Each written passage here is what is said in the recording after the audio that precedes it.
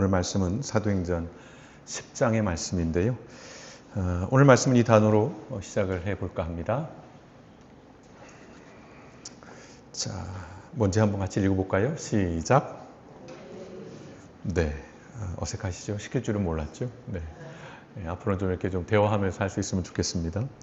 라벨링 이론이라는 말로 좀 시작을 해볼까 합니다.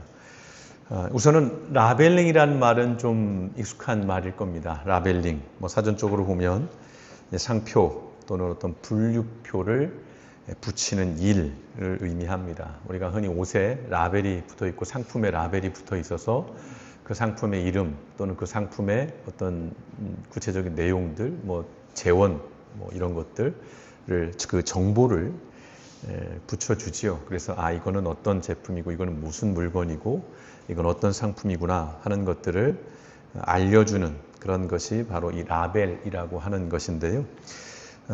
그 라벨링 이론이 어떤 것이냐면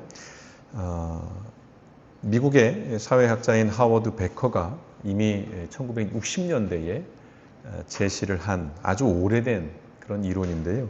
핵심은 이렇습니다. 좀 어려운 말로 시작이 될 텐데, 일탈이란 개인의 행위가 아니라 그 행위에 붙여진 라벨에 의해 만들어진다. 직관적으로 이해가 되시나요? 일탈이란 개인의 행위가 아니라 그 행위에 붙여진 라벨에 의해서 만들어진다. 쉽게 말씀드리면 특정 인물이나 또는 어떤 특정 그룹 집단에 대해서 고정관념이나 어떤 편견이 섞인 이름표 또는 우리가 꼬리표라고 하죠.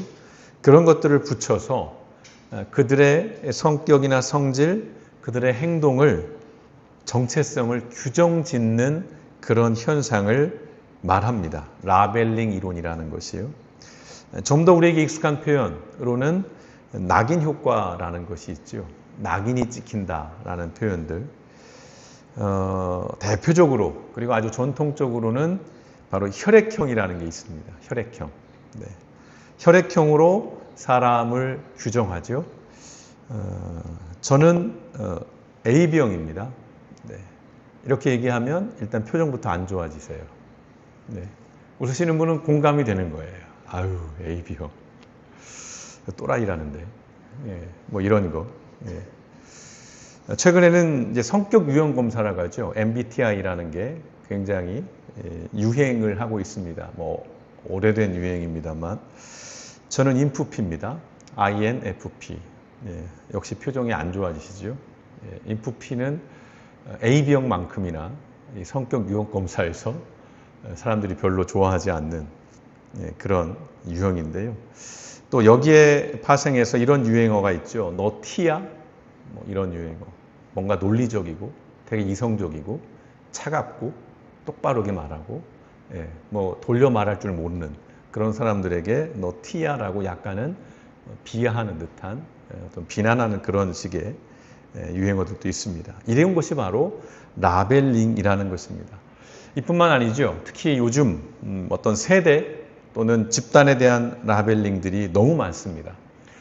고전적으로는 전과자가 바로 대표적이죠. 저 사람 전과자래. 그러면 일단 그 사람 이렇게 디스카운트 됩니다.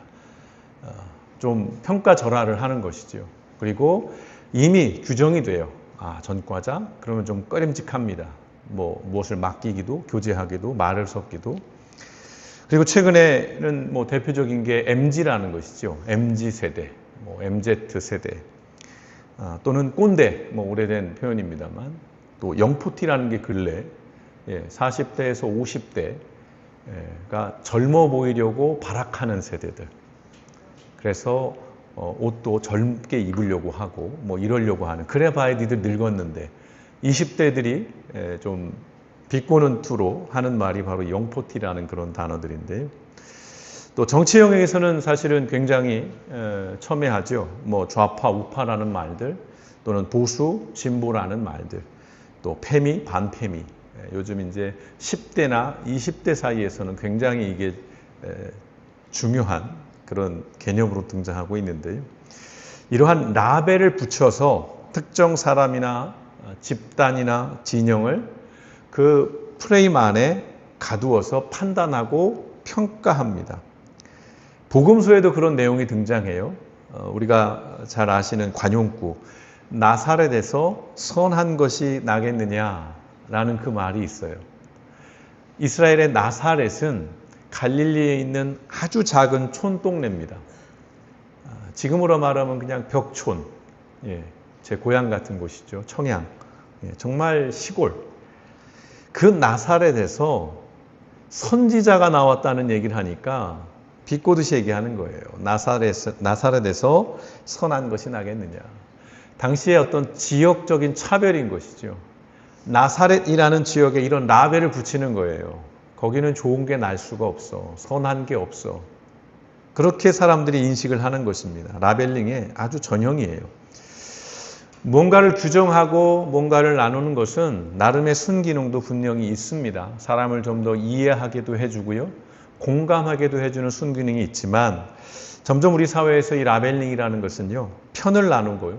적대시하고 혐오하고 차별하는 그런 경향들이 점점 더 강화되고 있습니다.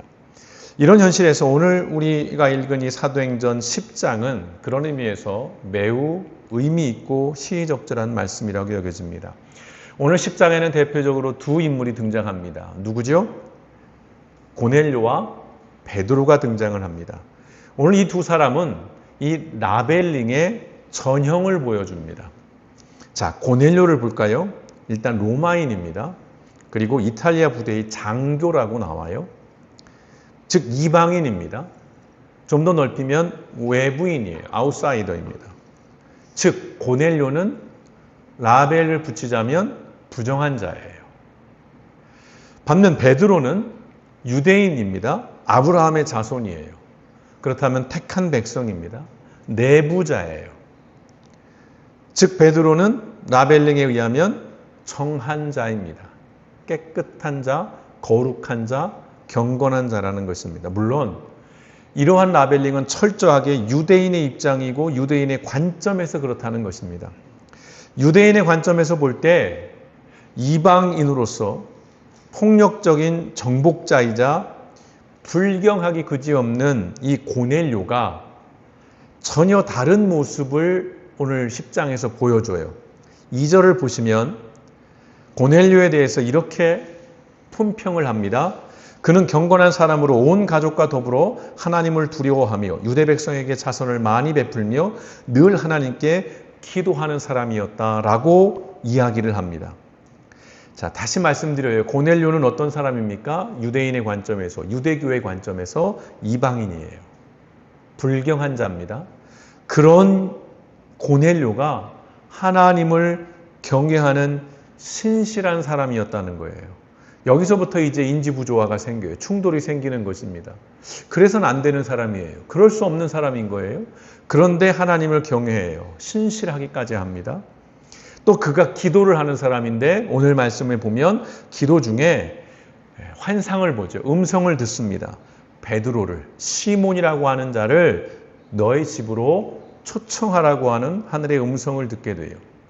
그 무렵에 그 다음날 베드로도 기도를 하게 되는데 하나의 환상을 봐요. 어떤 환상입니까? 하늘에서 큰 보자기 같은 것들이 내려와요. 우리 상상을 해보시자고요. 큰 보자기가 하늘에서 이렇게 기도 중에 내려옵니다. 근데 그 환상이 이 베드로에게는 몹시 당황스러운 것이었고 또 불편했고요. 그리고 매우 혐오스러운 것이었습니다. 자, 왜 그런지는 12절과 13절을 보시면 뭐라고 되어 있죠? 그 안에는 온갖 네발 짐승들과 땅에 기어다니는 것들과 공중의 새들이 골고루 들어 있었다. 그때에 베드로야 일어나서 잡아먹어라 하는 음성이 들려왔다는 거예요. 상상을 해보세요. 보자기 안에 무슨 과일 꾸러미가 있는 게 아니라 온갖 네발 달린 짐승들, 땅에 기어다니는 것들. 그러니까 지렁이쯤 생각해 보실까요? 그리고 공중의 새들이 골고루 들어있는 거예요.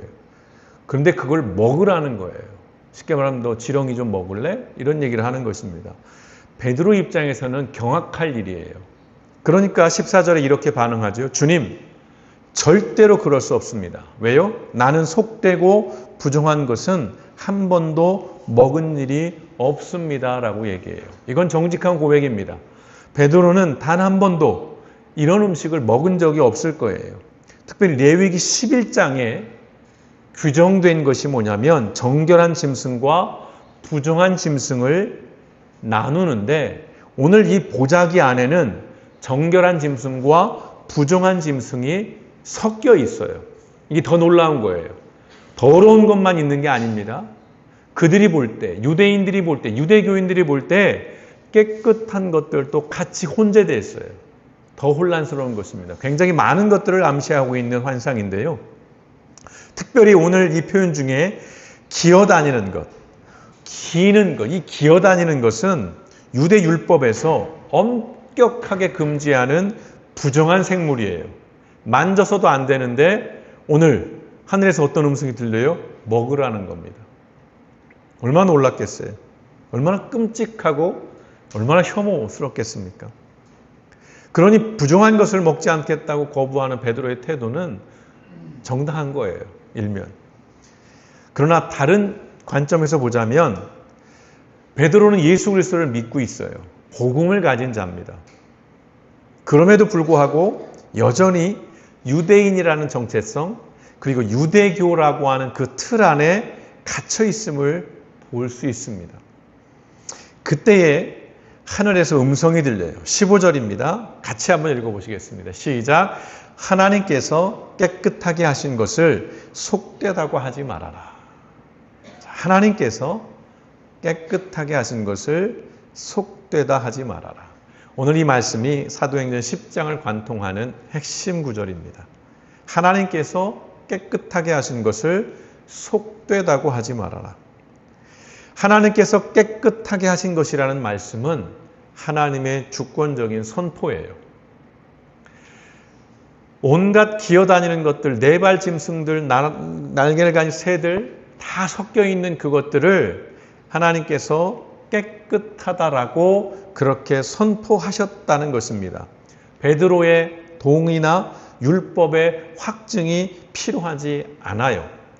하나님의 말씀이 그 모든 것들 위에 있는 것이에요. 최종적인 거예요. 권위를 가지고 있습니다. 하나님의 주권이에요. 유대인이 붙인 그 라벨링을 하나님께서 이제 새롭게 규정하시는 겁니다. 우리 주님께서 더럽다라고 하고 깨끗하다라고 나눠진 것들을 새로운 개념으로 역라벨링을 하시는 거예요. 다시 라벨을 붙이신 겁니다. 속되다는 말의 의미는 단순하게요. 부정하다, 더럽다, 역겹다라는 것이 아니에요. 이 속되다라고 하는 말 의미가 뭐냐면 거룩한 것에서 분리되어서 하나님께 나아갈 수 없는 상태를 말해요. 이건 굉장히 무섭고 절망적인 말입니다. 당신은 속되라고 얘기하면 당신 더러워 이 의미가 아니에요. 당신은 하나님으로부터 분리돼서 하나님께 나아갈 수 없는 사람이야 라고 규정하는 거예요. 이보다 더 극단적인 저주는 세상에 없는 겁니다. 속되다는 건 그거예요. 베드로는 그것들을 속되다고 말한 거예요. 하나님께 나아갈 수 없는, 하나님과 결코 교류할 수 없고 관계 맺을 수 없는 그런 존재들이라고 베드로가 규정해 버리는 거예요. 그리고 그렇게 규정해 놓은 것들을 여전히 받아들이고 있는 거예요. 그리스도인이 되었음에도 불구하고, 예수 그리스도를 믿는 자가 되었음에도 불구하고요. 속되다 하지 말라는 말씀은 그래서 누군가를 또는 무언가를 너의 또는 너희의 기준으로 규정하지 말라는 말씀입니다. 규정하시는 분은 누굽니까? 주님이십니다. 율법도 아니고 사람의 전통도 아니에요. 오직 하나님의 말씀, 오직 주님만이 규정하실 수 있는 거예요. 그럼에도 베드로는 주님의 말씀에 그럴 수 없다라고 반응했어요. 무려 3번을 거절했습니다. 그 3번이나 이 환상이 반복됐다라는 것이거든요. 그러니까 베드로는 계속 거부한 거예요. 그만큼 베드로가 가지고 있는 그 라벨링은 강고하고 집요했다는 것입니다. 보자기에 담긴 부정한 것들은 곧 만나게 될 누구? 고넬료를 상징합니다. 도자기에 담긴 것들은 고넬료를 상징해요. 더 넓게는 율법에 의해서 규정된 이방인들이나 또는 속되다고 한 그 모든 것들이 다 포함될 수 있겠죠. 예수를 믿고 살아가면서도 아직 베드로는 그 전통, 율법, 유대인이라고 하는 정체성, 유대교라고 하는 그 전통에 여전히 갇혀 있는 거예요. 그래서 그 환상으로 인해서 베드로가 대단히 혼란스러웠습니다. 그런 중에 고넬료가 보낸 사람들을 만나게 돼요.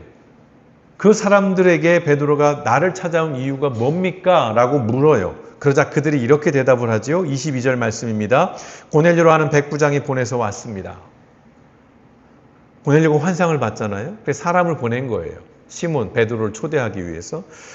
자, 그러면서 이들이 고넬료에 대해서 또 뭐라고 얘기합니까? 그는 의로운 사람이요. 고넬료를 말하는 겁니다. 하나님을 두려워하는 사람입니다. 그는 온 유대 백성에게 존경을 받고 있습니다. 그는 사람을 보내어 당신을 집으로 모셔다가 말씀을 들으라는 지시를 거룩한 천사에게서 받았습니다. 놀라운 이야기예요. 베드로가 볼 때는. 이방인이에요. 부정한 자가 의로운 사람이래요. 하나님을 두려워한대요. 뿐만 아니라 유대인들에게 존경을 받는다는 겁니다. 그리고 어떤 지시를 받습니까? 거룩한 천사로부터 시몬을 모셔다가 너희 집에 초청해서 하나님의 말씀을 들으라는. 자, 기존의 라벨랭에 의하면 이건 놀라운 일이고 충격적인 일입니다. 있어서는 있을 수도 없는 일이에요.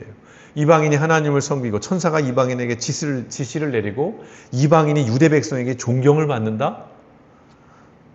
유대인인 베드로의 입장에서는 대단히 낯선 풍경입니다.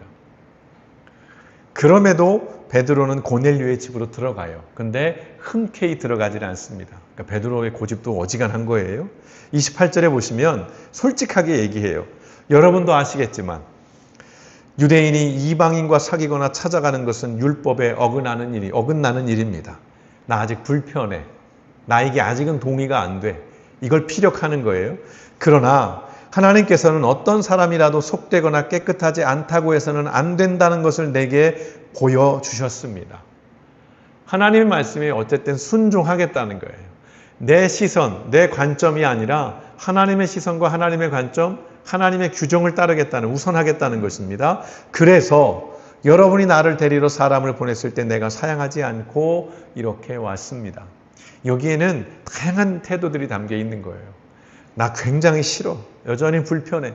그런데 왔어. 너희들이 이거 알아줘야 돼. 여러 가지 마음들이 이 안에 있는 것입니다. 여전히 경계해요. 그런 베드로에게 고넬료가 자신이 기도 중에 경험한 환상의 이야기를 쭉 들려줘요. 그 이야기를 듣고 나서 베드로는 마침내 강구했던 그 자신의 라벨링을 해체해버립니다. 그리고 베드로가 고넬료와 사람들 앞에 이렇게 고백하지요. 34절에서 35절의 말씀 같이 한번 읽어보겠습니다. 시작. 하나님은 사람을 차별하지 않으시고 어느 민족이든 하나님을 두려운 마음으로 섬기고 옳은 일을 하는 사람은 누구나 다 받아주신다는 것을 내가 분명히 깨달았습니다. 위대한 고백을 하고 있는 거예요. 마침내 진정으로 고넬료의 집에 들어간 겁니다. 문지방을 넘은 거예요. 물리적인 공간을 넘어간 것뿐만 아니라 심리적인, 정서적인, 종교적인, 신앙적인 경계를 넘어선 거예요.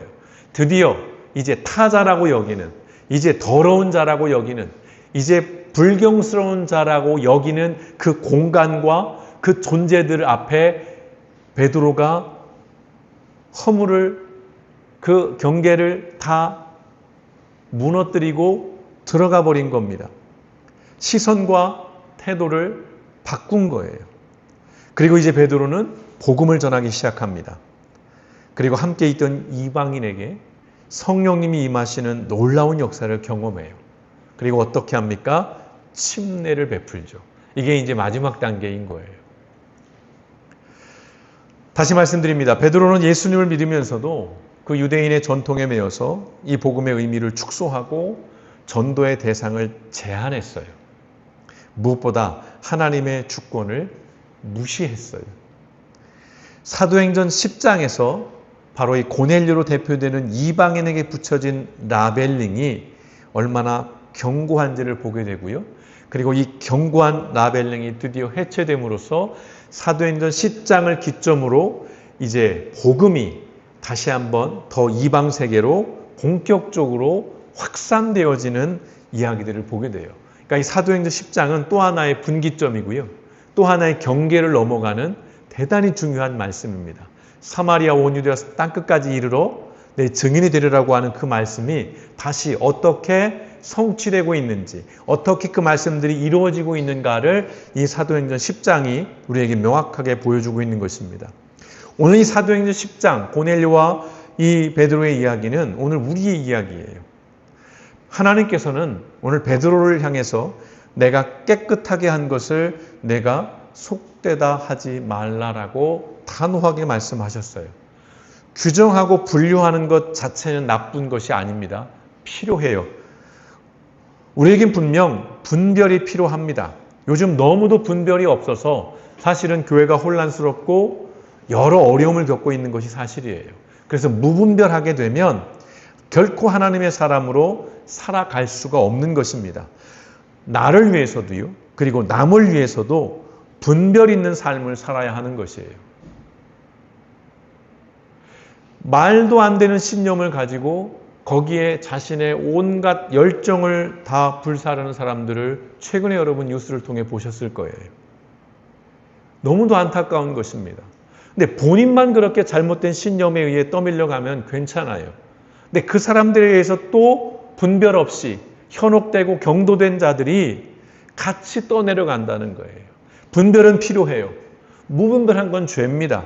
나에게도 타인에게도. 우리는 분명 분별을 하며 살아야 해요. 특히 그리스도인들은 더더욱 그렇다는 것입니다. 왜요? 예수님을 통해서 하나님께 주신 사명이 있기 때문에 그래요. 우리가 증인이기 때문에 그렇습니다.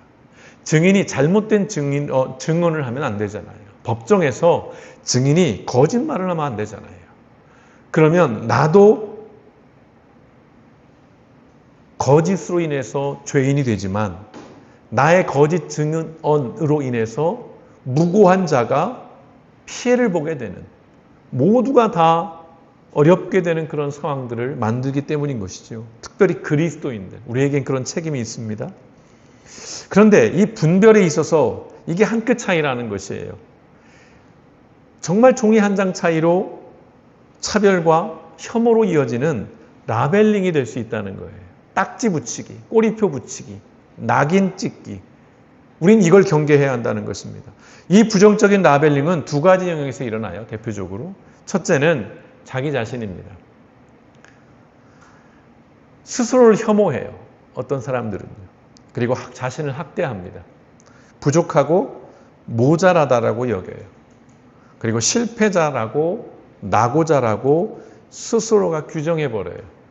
그러면서 끊임없이 자기를 계속 비하해요. 존중하지도 않고요. 사랑하지도 않습니다. 우리에게 그런 모습이 있지요. 또 이것이 녹심한 사람들도 주변에 있을 겁니다. 자기에게 그런 꼬리표를 붙이는 거예요. 끊임없이. 그런 낙인을 찍어내는 것입니다. 그래, 나는 뭐 잘난 것도 없고 내세울 것도 없고 내가 뭐 그렇지. 그래, 이럴 줄 알았어. 뭐 어제 오늘도 아니고. 누가 나를 좋아하겠고 누가 나를 받아주겠어. 그러면서 스스로를 계속해서 학대하는 거예요. 이건 죄입니다. 이런 라벨링은 죄예요. 왜요? 하나님께서는 우리를 향해서 내 사랑하는 자녀라고, 그리고 내가 보배롭고 존귀하게 여기는 자라고 라벨을 붙여주셨어요.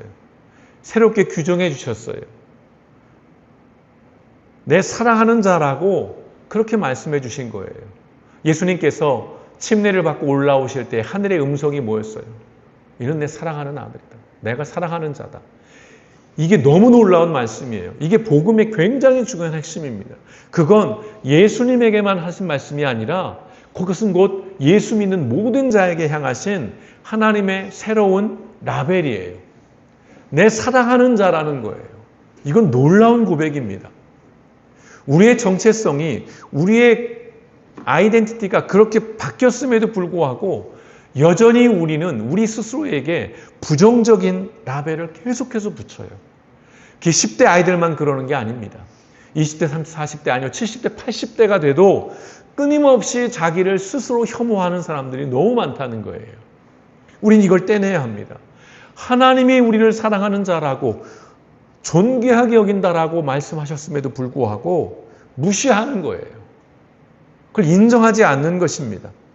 하나님은 우리를 용납하셨고 용서하시는데 정작 우리는 우리 자신을 끊임없이 정죄하고 귀하게 여기지 않는다는 말씀입니다. 우리는 반드시 이 부정의 라벨을 떼내야 합니다. 오늘 집에 가셔서 거울을 보시면서 한번 말씀해 보세요. 에휴, 한숨 쉬지 마시고 내가 누구인지, 하나님 앞에 나는 어떤 존재인지, 예수님이 나에게 어떤 분이시고 그분이 나에게 어떠한 일을 하셨는지를 기억하면서 스스로를 자꾸 쪼그라들게 하고 스스로를 자꾸 위축시키는 그 부정의 라벨들을 계속해서 떼내는 것. 이게 신앙의 삶이고요. 이게 믿음의 삶인 것입니다. 두 번째는요, 타인이에요. 당연하죠. 우리는 끊임없이 누군가를 규정하려고 해요. 근데 그게 그 사람을 이해하려고 하는 태도가 아니라 그 사람을 비하하려는 게 좀 더 많아요. 긍정보다는 부정이 많다는 것입니다. 야, 저 목사 AB형이었어? 이런 거잖아요. 그래서 저 사람이 그렇구나. INFP였다고?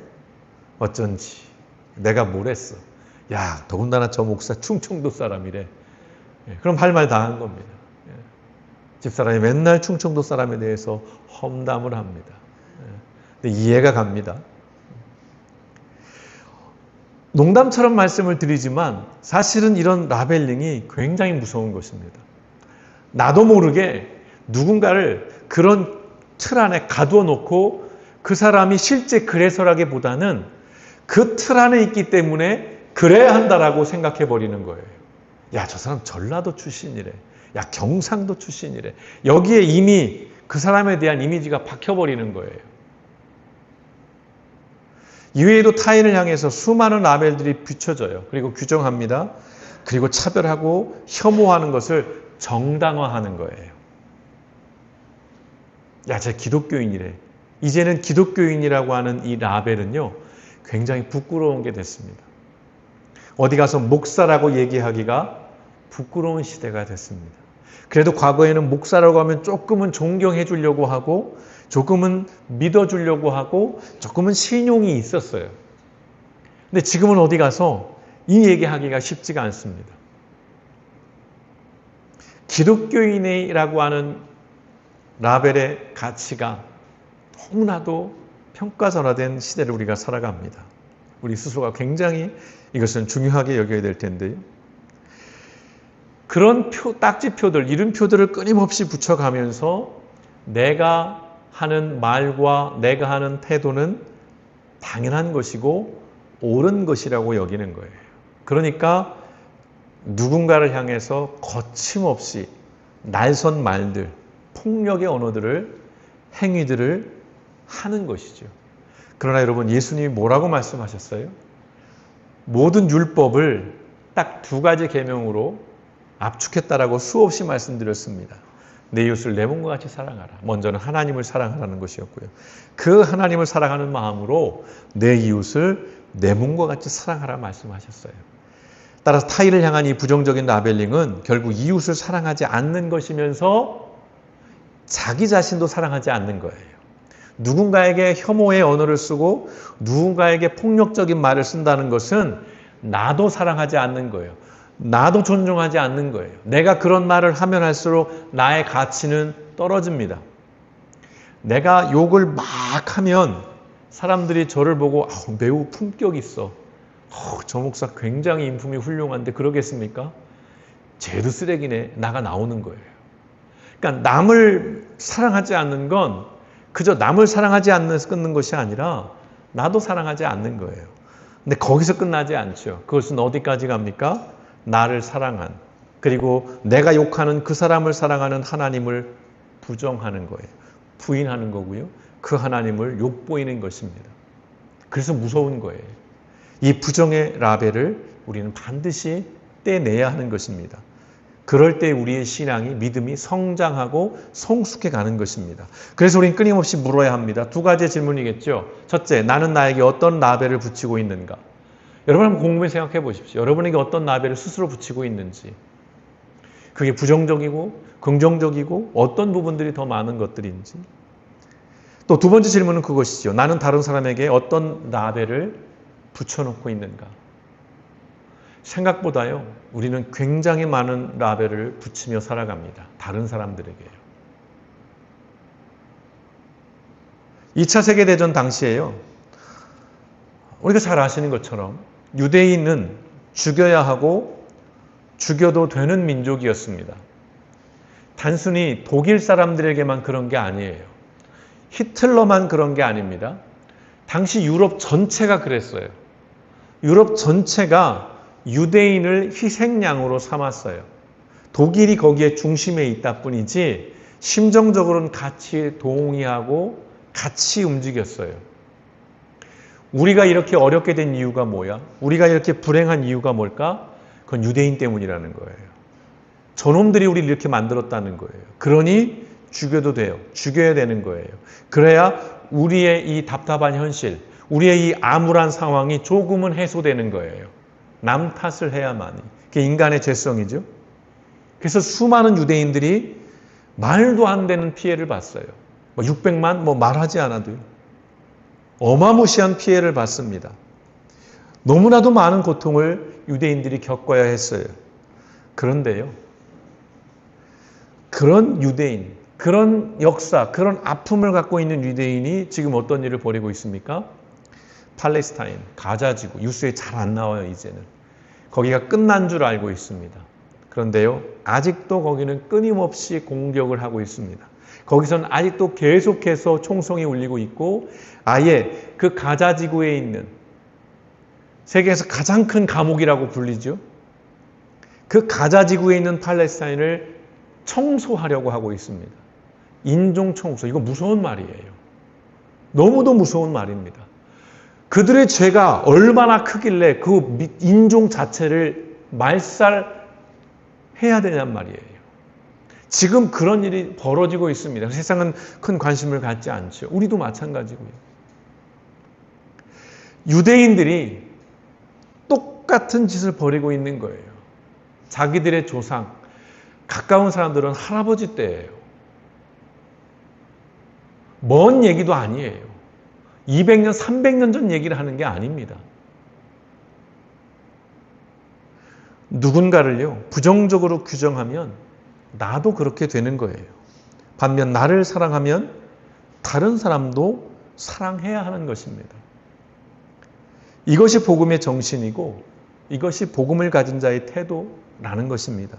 사랑하고 또한 사랑받는 그러한 삶을 살아가는 것. 그것이 오늘 우리 그리스도인들의 삶이 되어야 할 줄 믿습니다. 그래서 복인 거예요. 나를 사랑하는 것, 남을 사랑하는 것. 그걸 통해서 나도 살고 남도 살리는. 그러니 기독교가 위대한 것입니다. 그래서 우리는 이 기독교를 부끄러워하지 않아야 되는 거예요. 그래서 우리는 이 복음을 자랑해야 한다는 것입니다. 비록 지금 어두운 모습도 보이고 있고 잘못된 모습도 보이지만 본질은 그렇다는 것입니다. 우리가 이 본질까지 놓쳐버리면 우리는 소망이 없습니다. 이 기독교에게 붙여진 부정적인 이 라벨을 결코 떼낼 수가 없는 거예요. 이건 남들이 떼줄 수가 없는 겁니다. 결코요. 이건 우리 스스로가 복음의 본질을 구현해내면서 떼낼 수밖에 없는 것이라는 겁니다. 매일매일 우리의 삶이 바로 이 부정적인 라벨을 떼내면서 반면 긍정적인 라벨을 붙여가며 사는 삶이기를 주님의 이름으로 축원드립니다. 베드로가 고넬료의 집에 들어갔어요. 마침내 그 문지방을, 그 경계를 넘어섰다는 것. 본인의 시선, 본인의 강구했던 신념이나 전통을 버리고 주님의 뜻에 따라서 그 시선으로, 그 태도로 자신들이 규정해 나왔던 사람을 하나님의 사람으로 인정하고 나와 같은 존재로 수용하고 용납하며 그들에게 복음을 전하고 그들에게 침례를 베풀므로 한 가족이 되고 믿음 안에 하나님의 자녀로 하나님의 사람으로 세워졌다는 것들을 기억하면서 오늘 우리가 우리의 삶에서 끊임없이 이 부정적인 라벨링들을 버리면서 오늘 우리 스스로도 살고 남도 살리는 이 복음의 놀라운 가치를 경험하며 살아가시는 저 여러분, 우리 길복교의 모든 성도님 되시기를 주님의 이름으로 축원드립니다. 우리 함께 같이 기도하시겠습니다.